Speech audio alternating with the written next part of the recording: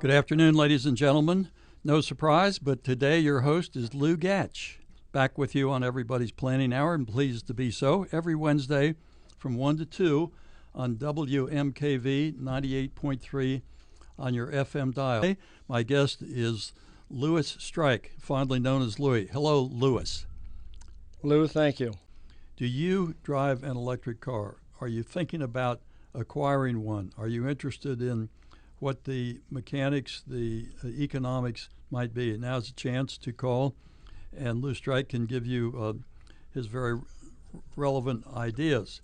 And also, we will provide you with a couple of callers. Will provide you with the necessary funds to download the latest book. And how do they do that, Lew? Go to Amazon.com. Okay. And you can just type in electricity and versus. You just type in VS gasoline, and you'll be taken immediately to a little summary of the book that Amazon calls the advertising page. Okay. And read the brief summary, and then if you like it, you can put it into your shopping cart at $1.99 All right. per ebook. So let's go to the phone and say hi to Paul. Hello. Hi. How can we help you, Paul? I have a question I'd like to ask Mr. Strike about how he calculates costs for this, his gas versus electricity evaluation thing. Okay. Basically, Paul, for the gasoline-powered engine, we're basically dividing the miles per gallon divided by the price per gallon to get the miles per dollar. So in my case, I get 20 miles per gallon divided by $4 per gallon, and that equates to 5 miles per dollar. In the case, go ahead. Well, thank you for that. I think I understand that. Where I'm coming from, let me be a little more information. I have considered an electric car on and off ever since electric cars have been available, and my concern is that there would be cost shifting. First of all, I wonder if there would be a higher initial cost for the vehicle itself, and then down the road, would the repairs for this vehicle or the cost of replacement parts, in particular the batteries, be so high that it would offset any miles, any savings for any for driving down the road? Well, that, Paul, is a very important question, and it is a serious issue. Now, both Nissan and Toyota, and I believe the Volt, warrant their batteries to the new car buyer for 8 years. But the track record has not been established. So the regular Prius that you don't plug in does use a battery and electric motor, but they're using the heat from the brakes to generate electricity. So the electricity is self-generated. The replacement cost of that battery installed by dealers is around $3,300. So that's a very manageable number because the Prius has held its value very, very well. For the Leaf, which is new, you can shift some of this risk to the Nissan company or the dealer by leasing the car for 3 years. And that way, your risk is if something goes wrong in that 3-year period, it'd be covered by a warranty. So the lease is very, very popular now in California as a way to protect the new car buyer from the risk of this high battery cost. And the original battery cost for the Leaf was estimated at $10,000. So you're right to be concerned about that, Paul. Very, very, that's a very astute insight. Now, when you say battery cost, is that battery singular? It's battery singular, but the batteries are large, Lou. Oh. The batteries are large and they're expensive. But there's only one battery. But there's only one battery. But is it a battery or is it a battery block? A bunch of batteries all hardwired in together, and they can't be taken apart. Right now, they cannot be taken apart. However, some have suggested, and I suggested in the book, that what these electric car manufacturers do is give the consumer 3 different sizes of batteries to choose from. The 24 volt or a kilowatt hour battery might be one, and there might be one at 16, and there might be one at 8. So that $10,000 could get down to $3,300, which would be more manageable for most customers. And you also have a condition where in 90% of the automobile trips in the country are less than 20 miles. So for most of us, most of the time, we can get by on a range that might be 40 to 50 miles, especially if we had access to charging at work. But this is a work in process. But a new car buyer who Nissan has a Leaf running right now, a lease program for the Leaf at $199 per month plus tax. It's a good low number, Paul. It's a good low number. Okay, well, thank you very much. Wait a minute, Paul. I want to ask you a question. Okay. Based upon your interest in electric car for a long period of time, here's a quiz.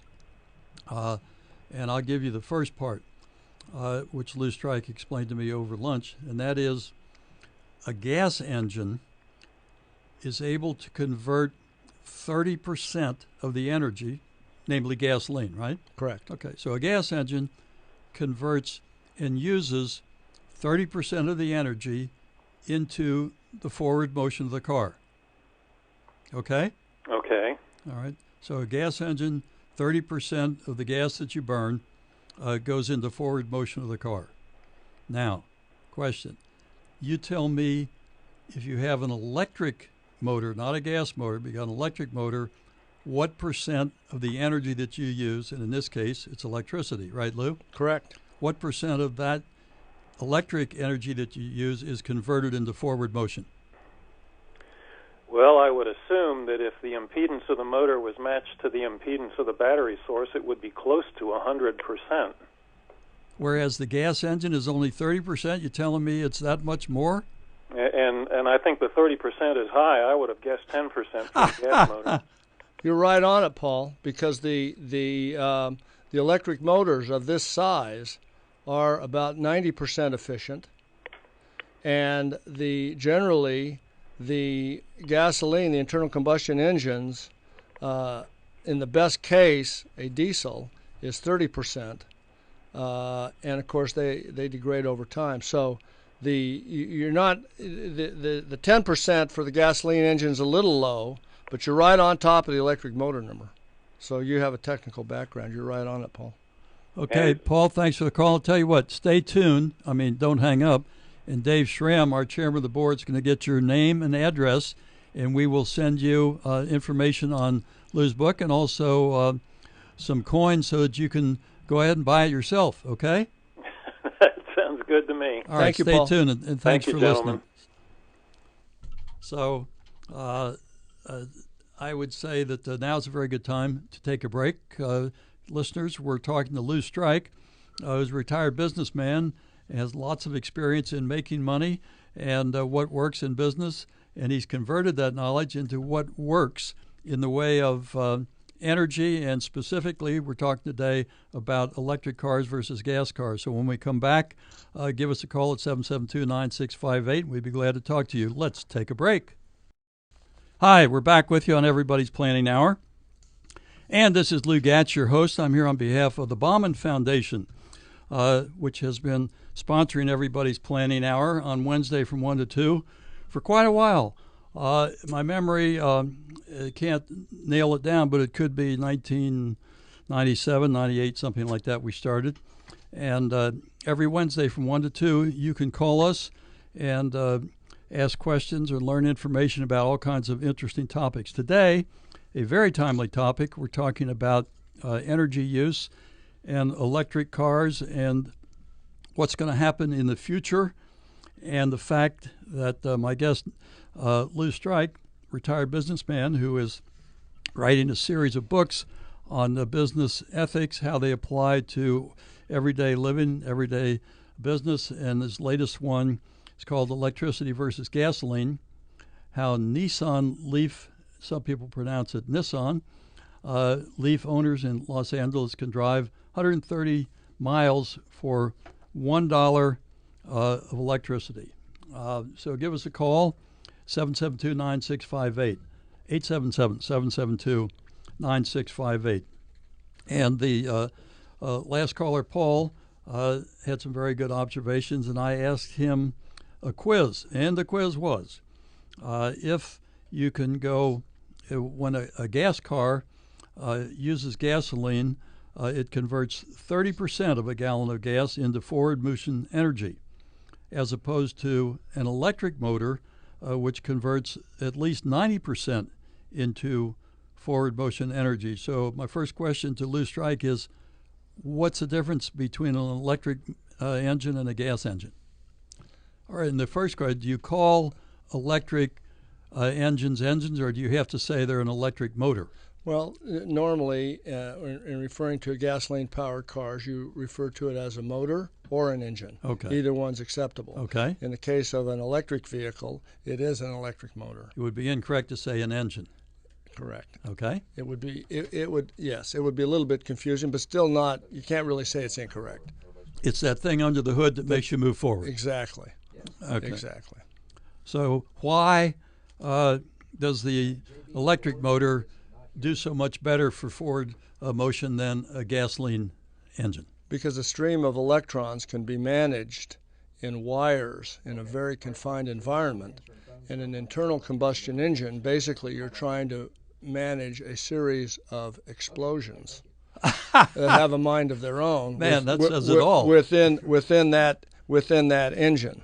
Okay. And so it's a very challenging fact situation for engineers designing gasoline internal combustion engines. What a great way to think about it. A series of explosions. That's kind of scary. It is. It is. But you can see that the tremendous losses comes from heat out the exhaust and heating the engine. Okay. That's why we need radiators to cool the engines. Okay. All right, listeners, do you have any questions? 772-9658 or observations? 877-772-9658. Lew Strike has been talking about the Nissan Leaf. Why have you been using California as the basis for your scientific study that we're going to send to listeners? Well, California is important to the future, Lou, because it has the highest retail gasoline prices in the country. Higher than Cincinnati area? Yes, yes. So California is generally the highest gasoline price in the country, and the Department of Water and Power in Los Angeles, for the city zip codes that it services, has the lowest electricity rate. So for the owners of the Leaf, the greatest economic benefit, to my knowledge, in the country comes from people living in those zip codes serviced by the Department of Water and Power. So for the purpose of making the most dramatic example, you used California in that Los Angeles area. Correct. Does that mean that the same benefits don't apply to Leaf drivers in the rest of the country? It does, but they're still tremendous. For example, on the 15-cent electricity per cost per kilowatt hour in Cincinnati, okay, a Leaf would provide 22 miles per dollar, still well above the 5 miles per dollar. Uh-huh. But it's not the 130 that's available in Los Angeles, but still a tremendous saving. So on your example, 5 miles per mile, gas engine, 23 miles per dollar. On an electric engine. Correct. That's more than 4 times. Correct. Still a huge savings, Lou. Still a huge savings. Okay. No doubt. Not as dramatic as Los Angeles, but still tremendous here in the Midwest. Now, as a point of disclosure, when did you go to work for Nissan? Well, I don't work for any of the auto companies. When did you? This is an independent effort here, Lou. When did Nissan give you a lease Leaf to test drive? I haven't test driven a Leaf or a test. I did have a test drive of a Nissan Leaf in Salt Lake at Tim Dolly Nissan, right downtown Salt Lake. Okay. In Midvale. So why are we talking about Leaf? Now, first, what are the other potential electric cars available? Well, the other two cars in this category are the plug-in Prius by Toyota, as well as the Chevrolet Volt. Okay. And what makes the Volt and the Prius so interesting is that in 5 of the last 7 or 8 years, the Prius has scored the highest consumer satisfaction rating of any car in America. And in the last 2 years, that rating was eclipsed by the customer satisfaction of the Chevrolet Volt. So you have a tremendous customer satisfaction momentum building for electric vehicles. And the Prius itself is the largest selling car in California. Wow. Yeah. Okay, so when we're talking about customer satisfaction, we're talking about enjoyment of the ride, repair costs.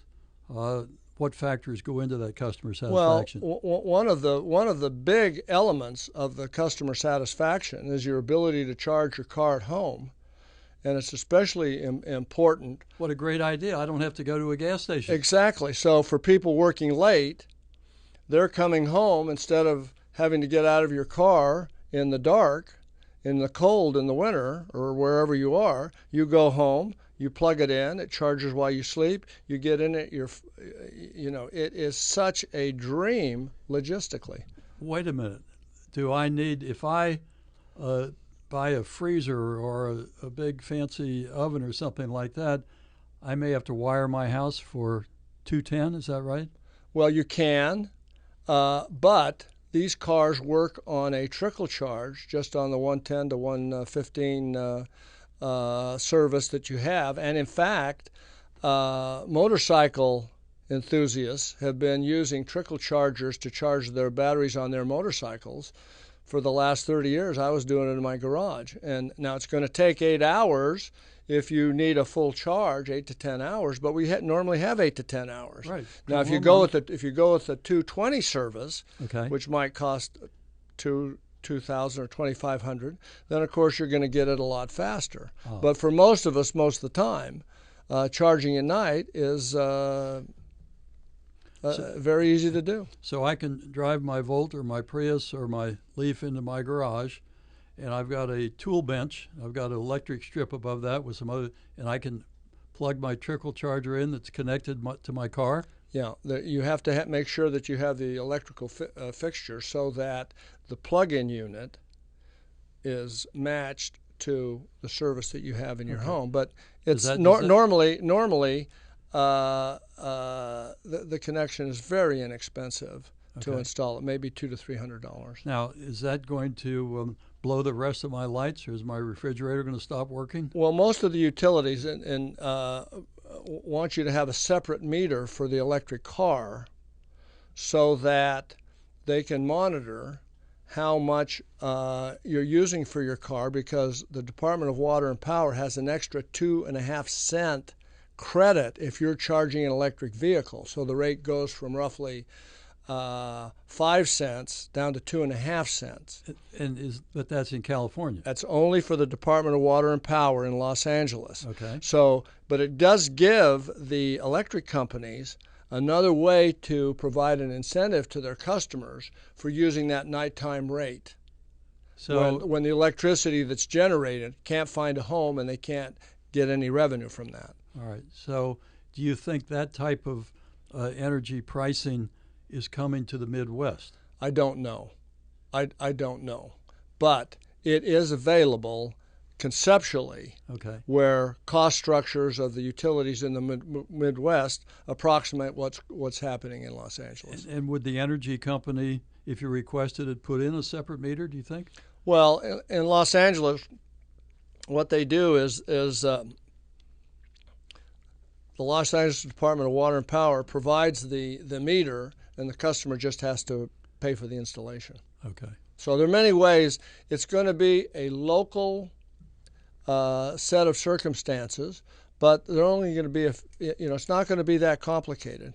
And motorcycles enthusiasts have been using trickle chargers for years, so the precedent is well established among bikers. Okay. Now, so is there any? Well, first you talked about the Leaf lease for $199 a month. That sounds like a pretty low rate for a 3-year lease, right? It's a good low number, Lou. Yes, it is, and they're doing very well with it. All right. Are there Leafs available everywhere, or are the electric Leafs rare, hard to find? You have to wait. They're right now. The demand is increasing, and the $199 per month is being well received. So, for example, in Salt Lake, many of the dealers are wholesaling their cars to Los Angeles because the demand in Los Angeles is so high. Wow. All right. Now, are there any other financial advantages? I don't live in L.A. I live in Ohio. Is there any other financial advantage to buying an electric car? Well, right now, the federal government provides a $7,500 tax credit to the buyer of an electric vehicle. What does that mean? What that means is, let's imagine you have a tax liability for the year of $10,000 on your federal tax. Okay, now we're talking income tax. Income tax. I'm okay. sorry, I left out income tax. Yeah, correct. I work and my income requires me to pay income tax of $10,000. Federal. And then you would be entitled to apply $7,500 as a credit, and that would reduce your bill tax liability in the year that you bought the car to $2,500.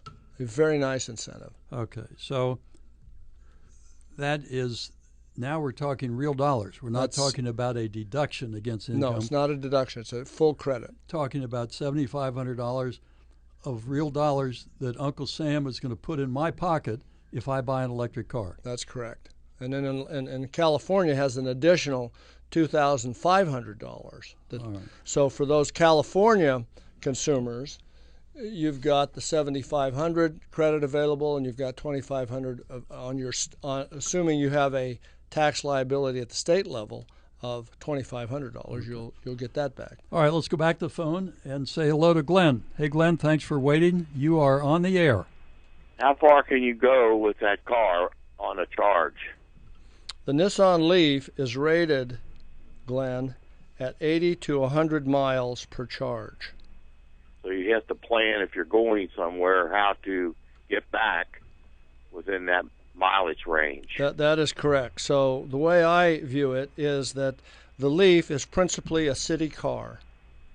I see. Whereas the Volt and the plug-in Prius have a small four-cylinder internal combustion engine that with a gas tank that makes it possible to take a normal trip. Those are the big advantages of the plug-in Prius and the Volt over the Leaf. However, 90% of the car trips in the country are less than 20 miles. So with some judicious planning, you can get around a pretty big city, but you can't drive from Los Angeles to Las Vegas or from Cincinnati to Chicago. I see. And does this thing have air conditioning and heat in it, and that detracts from your mileage? Correct. It will. Yes, it will. Okay. So again, any accessories that you run that draw electricity from the battery reduces your range. Like lights also? Lights also. Right. Okay. And this, do they have each of them have the same amount of room for a family, or they seat 4 or 2 or just one, or? I would call them subcompacts in my mind, and they seat four, let's say adequately. They seat four adequately. I see. And so you just have to, but most of the miles logged in this country are with one driver. But there are some areas where you're going to get you'll be able to drive even with one passenger in the express lanes reserved for two or more passengers. So that's another incentive that is available. But everything you mentioned is correct. Okay, what does the 225 electric, how fast will that charge compared to the 110? It's my understanding that if you need to have a full charge on the 110, it might run 8 hours, say. And if you had the 220, it might run 3 hours, something like that.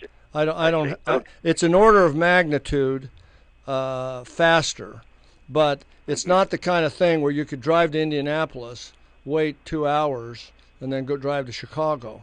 Now, there are some stations that are going to provide this 480 volt service. Wow. In which case, that would run 30 minutes. And Tesla now, which is a $50,000 to $100,000 electric vehicle, is putting together a series of fast charging stations so that you can go north to south in California and then east to west. So this is an exciting time. It's an exciting time. That's what you call the car, a Tesla? Tesla, T as in Tom, ESLA, and there's a nice story in the July Consumer Reports on the newsstand right now on the Tesla. Very nice. I see. Okay. Well, I appreciate your information. Hey, Glenn. Thanks for your good work. Wait, Glenn. Thank you, Glenn. Stay tuned, and Dave Schramm's going to get your name and address. We're going to send you a nice award for calling and asking a good question. Okay, thank you. All right, so hang on. I will do it. I want to say very good thanks to Lew Strike. Thanks for being with us, Lew. Thank you, Lew.